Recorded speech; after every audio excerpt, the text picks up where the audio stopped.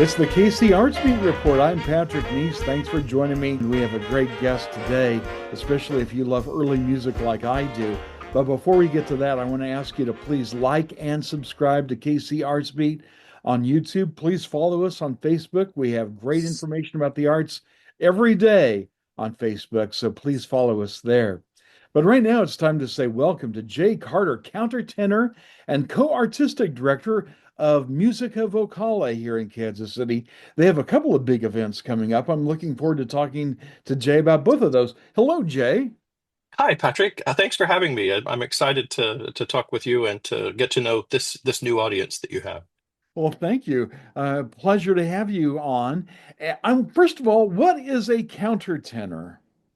It's a question I get asked a lot, and it's unfortunately one of those labels that sounds like it's something terribly specific, and the reality is it means a lot of different things depending on the application. But generally speaking, you can assume that it's the highest male voice type. And how that high voice is produced is a couple of different options available there. Some of my countertenor colleagues use a mix of falsetto voice and some chest voice to sing those parts. Some of my colleagues use more chest and a little bit of head, so the balances and proportions are different. But it generally spans the vocal range of a female contralto or sometimes a mezzo soprano. It is not the same as the manufactured high male voice parts that existed from about 1600 onward in the operatic scheme, where they were surgically altered. This is a very different thing altogether, and I should probably make sure that I really clearly point that out. Yeah. But I spend a lot of my time singing repertoire that was originally written for this voice type or for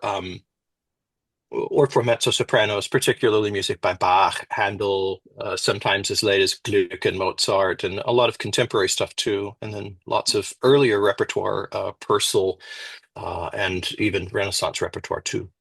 And speaking of earlier repertoire, Musica Vocale is doing a concert on March 9th at St. Elizabeth Catholic Church called Dresden, the Great Garden. And you're doing music by composers that I worked in radio, classical radio for years, and I used to love programming these guys because they just don't get the attention they deserve. People like Shine and Schutz and Zelenka.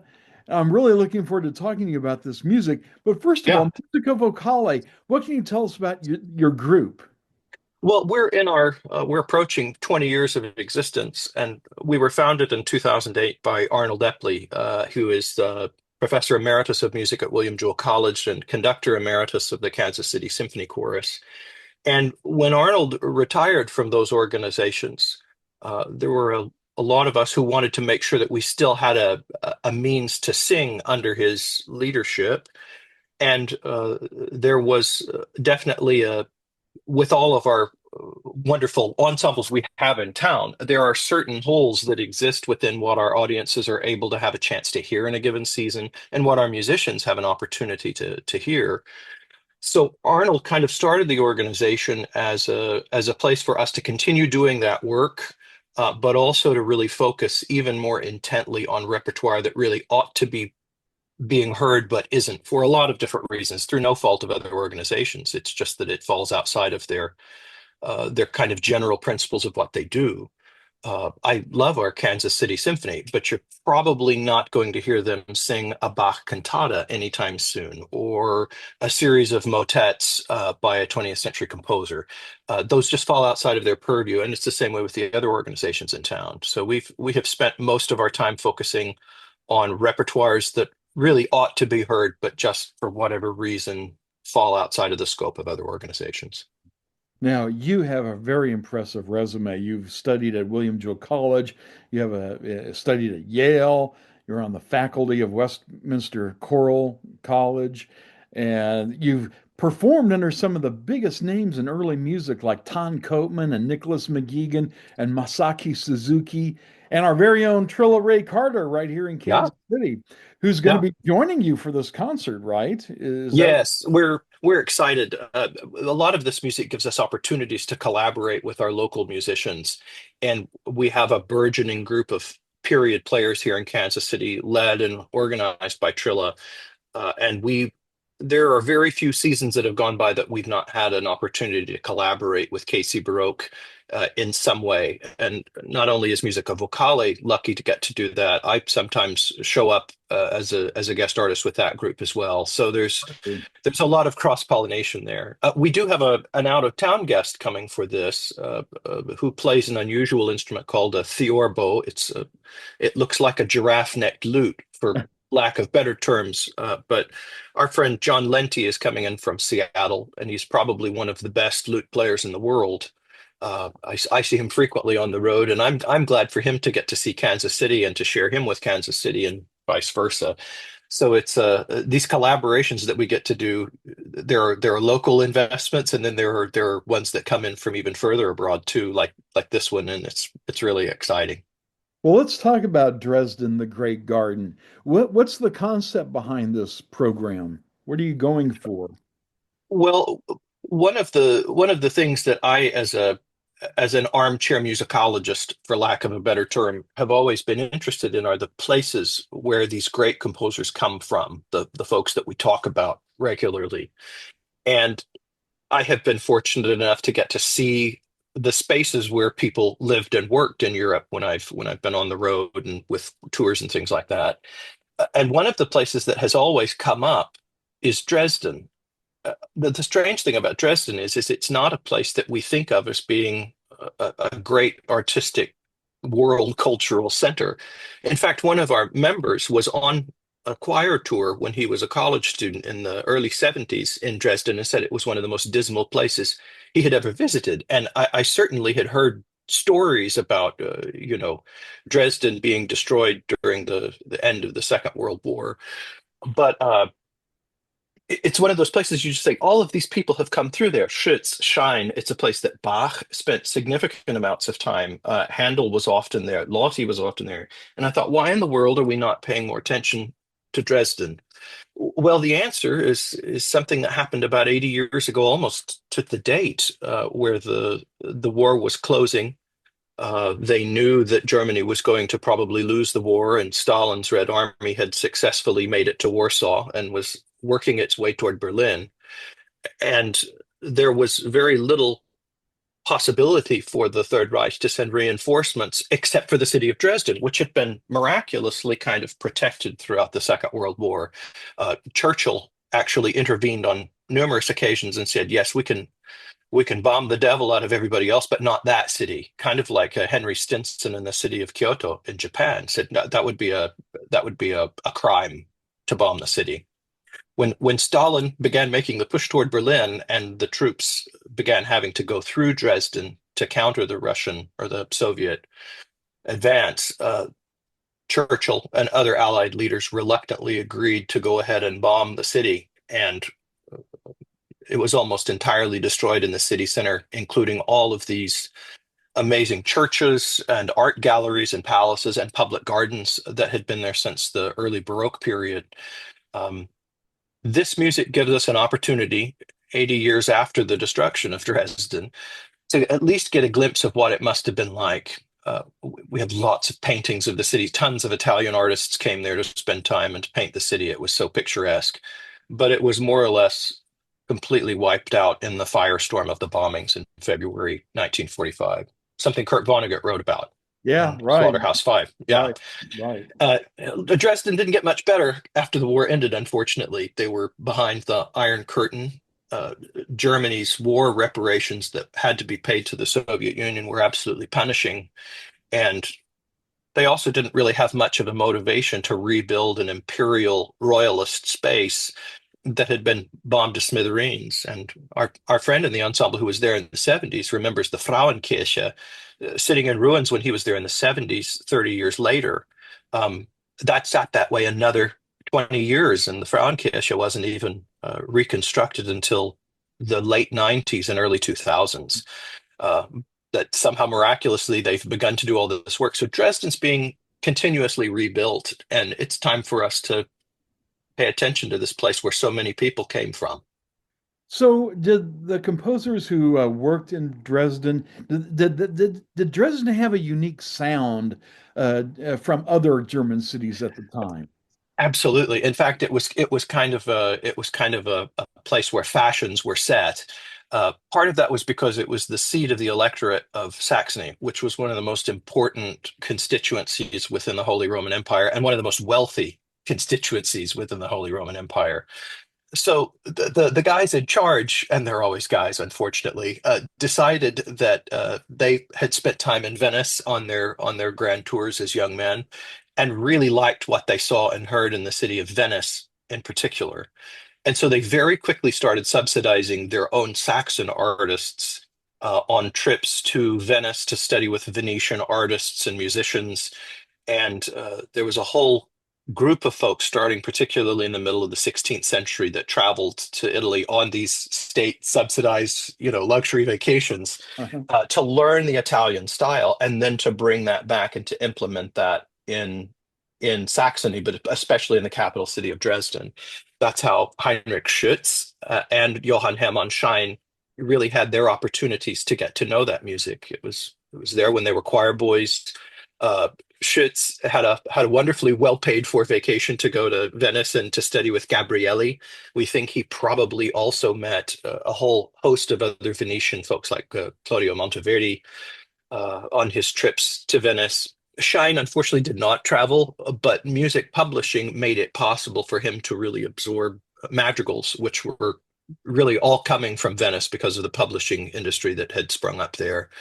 Um, so these guys are picking this up and bringing this back, largely at a royal directive from the folks in charge, who saw Italianate everything as a marker of good taste and their own royal prowess.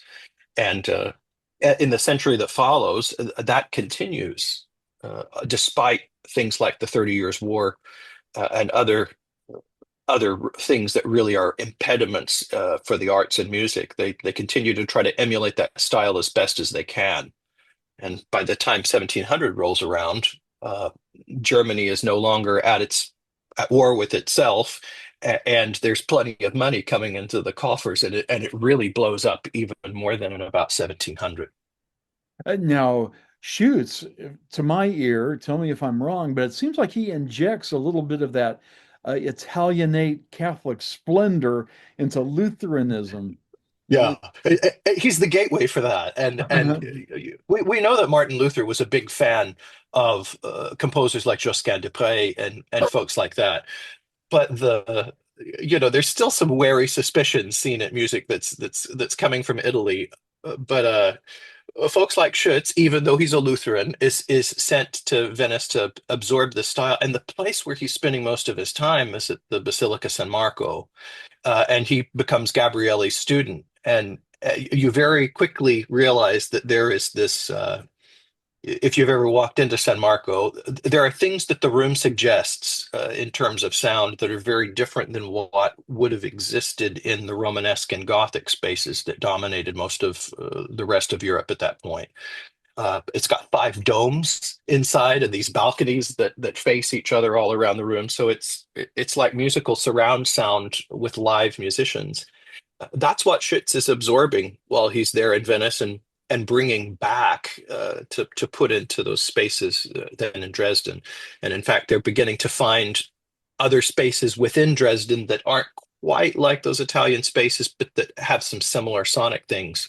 And as soon as they can, they begin building these great ornate domes and these rooms that look like Italian architecture. Unfortunately, the 30 Years' War, which does last 30 years and a little bit, um, is a substantial impediment, and they have to make do with what they have for a pretty substantial period of time. But yeah, it's this infection in a way within the Lutheran, or an injection within the Lutheran tradition of Venetian double choir music, like Monteverdi, and Schütz sounds like Monteverdi in German. It's kind of remarkable. What Schutz are you doing? And So you can talk the about it. Schütz we're really focusing on a single piece. Uh, in the 1640s or so, I can't remember the exact date, a very wealthy patron in Saxony died, and he left these wild instructions about his funeral service. And the resulting piece is called Musikalische Exequien. It is essentially a three movement work The first movement is a burial service that is wild in its construction. I don't know that we'll have time to talk about it, but the guy essentially commissioned a coffin that he was going to be buried in with all these engravings on the side. And Schütz did musical settings of all of those engraved scriptures and chorales on the side. And that's the first movement of the piece.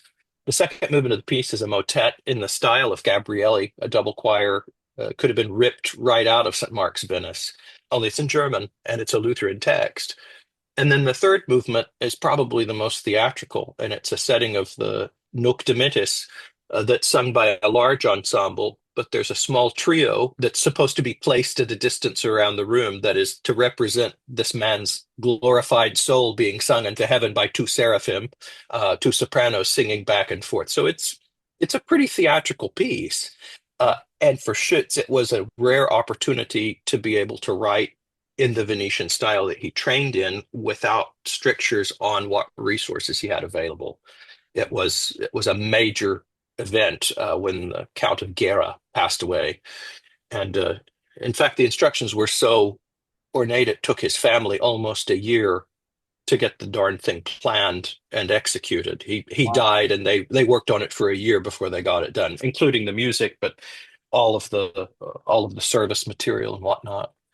The Schütz is a very important piece because it was really the rudiment for what became a Lutheran burial service. Despite Lutheranism having been around for a good while at that point, they had not come up with an equivalent of a requiem yet.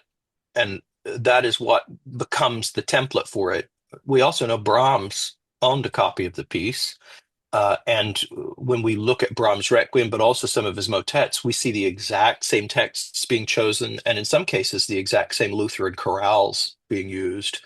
So we know Brahms was enamored of the piece and emulated it a number of times. So, despite the fact we don't really know the piece in modern times, it has been a substantial work, and that's one of the reasons why we're programming it. It should be known by more than just a couple of musicologists and enthusiastic singers, and it's a chance to bring it to Kansas City audiences.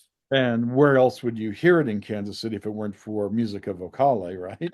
Yeah, that's the thing. It kind of lies outside the scope of what Yeah, most other folks have done. yes. Um, and we try to, within that, then put other pieces that make sense with it. So the Schütz, we're doing two Shine pieces that go along with the piece. Schütz and Shine were good friends, contemporaries of one another. They sang in a boy choir together, and they were lifelong friends. And to kind of cleanse the palate between the movements of the Schütz, we've got these Shine motets inserted as well. And that's really a first substantial section of the concert. And Loti, that sounds Italian, not German. Well, it is. And so, fast forward from Schütz about 80 years, and things are far better in Dresden than they had been in the earlier parts of the 17th century. There's plenty of money rolling around. The man in charge has just also been named the King of Poland and the King of Lithuania. Lots of money flowing into the treasury and lots of money flowing back out of the treasury. One of the things that happens is there is a series of building projects of churches, both Lutheran and Catholic, opera theaters and spaces. Uh, are being built, great gardens are being expanded, palaces are being renovated. So there's this huge, it's kind of like Kansas City between, 1995 and now. There's a lot of growth that's happening, and the skyline changes a lot. Along with that is a lot of importation of Italian artisans to build the buildings, artists to paint the paintings, and sculptors, but also musicians. And Lotti is a Venetian, a successor of Gabrieli at St. Mark's, actually, and he is brought in for the royal wedding of one of these well-to-do folks. He's also there to help buttress the opera company to get it started. And so Lotti spends several years in Dresden kind of as an honored guest of the electoral court. And while he is there, he is also interacting with the musicians that are at that court. Some of them are studying extensively with him, including Zelenka, who is something of an import himself. He's actually a Bohemian from next door in what is now the Czech Republic. But he'd been poached from the court in Prague by the Saxons to come because he was a great violone player. And they said, okay, we'll take that guy and we'll pay him more than these other folks can. We'll get him. And they did. And this was the routine of the Saxon court. They're bringing in the best and the brightest. And as a result, all through the 1700s, the musical scene in Dresden is on par with, and in some cases probably healthier than what we see in other cities that might come to our mind as being cultural cities, like Vienna or like Venice or Rome. It certainly has a leg up on cities like Paris and London as well, um, because even though the royals there are footing the bill, they also have lots of other interests. But the folks that are in charge of Saxony are almost single-minded in their pursuit of making it a center of musical excellence, and they're doing remarkable work. I want to talk about Zelenka. I think Bohemia's Baroque era composers really get short shrift, and they Yeah, wrote such delightful music. I used to program their Miss Livacek and yeah, all those guys, and Zelenka just sounds different from other yeah, composers of the era. Can you talk about his music? absolutely. Zelenka is kind of a recent rediscovery, really, in the last 40 or 50 years. His music was so highly prized during his time that when he died, childless, all his manuscripts became the property of the electoral court and were held under lock and key for almost 200 years. Telemon tried to get a chance to look at the manuscripts to edit and publish some stuff and was immediately given the big no on that. And they become a part of the dowry of that royal house. So there's this immediate inaccessibility of his music. Uh, so it languishes for a good period of time. In the early 20th century, his music gets some breaks of light when the royal duchy there in Saxony goes away, and it becomes a part of the Saxon library, the state library. Of course, Europe is not exactly stable in 1720 through about 1745, to say the least. So it still doesn't quite get the attention it deserves. Um, but finally, especially in the 1980s, Zelenka's music is finally kind of unearthed and edited and given a little bit broader, and that work is ongoing now. His music is so unusual, and I think it must be because of his role as a virtuoso bass player. And while all Baroque music has this kind of driving bass line that propels it ahead, I think because Zelenka would have been in the driver's seat for most of his compositions playing bass rather than harpsichord or organ, it has even more kind of syncopated rhythmic drive pushing it ahead. And those florid lines that he composes for himself to play, he takes those same lines and he puts them in all of the other parts as well. So it's like basso continuo in multiple dimensions rather than just, here's the bass line. That thing is getting transposed, echoed in three or four different octaves at the same time. The counterpoint is so thickly overlapped. It's a different version of Bach, and I love Bach's counterpoint, but it is the way it's constructed is just a little bit more jaunty, for lack of a better term, and relentlessly so, almost chipper, Uh-huh. if you can think of it that way. We also know that Bach and Zelenka were exceptionally good friends. Oh, Uh, okay. they Didn't know that. they knew each other. They corresponded well. Uh, when Bach shows up in Leipzig in 1723, he and Zelenka immediately start a relationship back and forth. And Zelenka is sending manuscripts to Bach, which Bach is performing at the Thomaskirche, and Bach is using Zelenka to try to get a better gig actually in Dresden, which doesn't work out well for Bach, but it does for one of his children, Wilhelm Friedemann, whom Zelenka gets a job for, and they had a lifelong friendship and admiration of each other. Zelenka also was well respected by Handel, Telemann, Lotti, his teacher, all these folks that are coming through Dresden. Zelenka's kind of he's kind of the perpetual person there because he's not really moving around. He's staying in Dresden and becoming a fixture there. So everybody that comes through, he's kind of their tour guide for town, and remarkable music. What a rare treat to hear these unusual composers that never get a performance. Yeah, Not just in Kansas City, but really, I have a hunch these composers don't get performed much anywhere.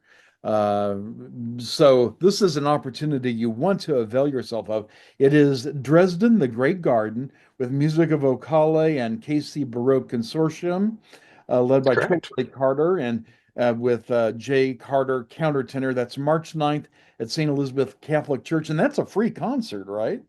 That is correct. All of our concerts have been free for the last couple of seasons due to the generosity of granting organizations, our own musicians who donate to the organization, and other patrons here in Kansas City.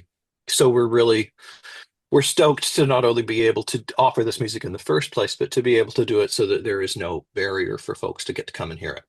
And for people to help you with your mission, you're having a benefit concert on March 6th. Tell us about that.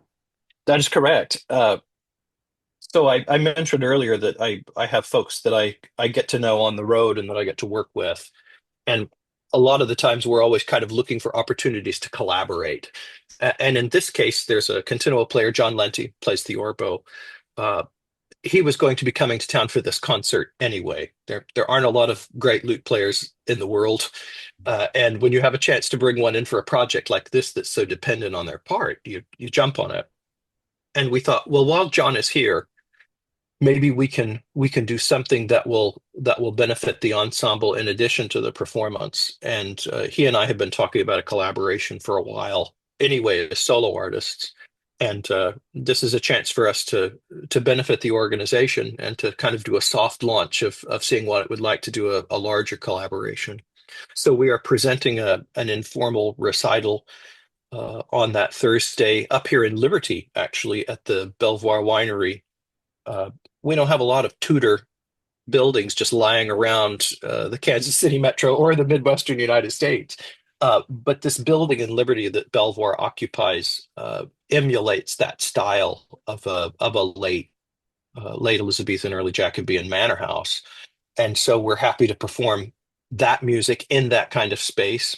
And of course, that will come with opportunities to interact with the musicians, but also to sample what the winery has of their own too, all for benefiting MV and our ability to continue offering concerts like this in the future.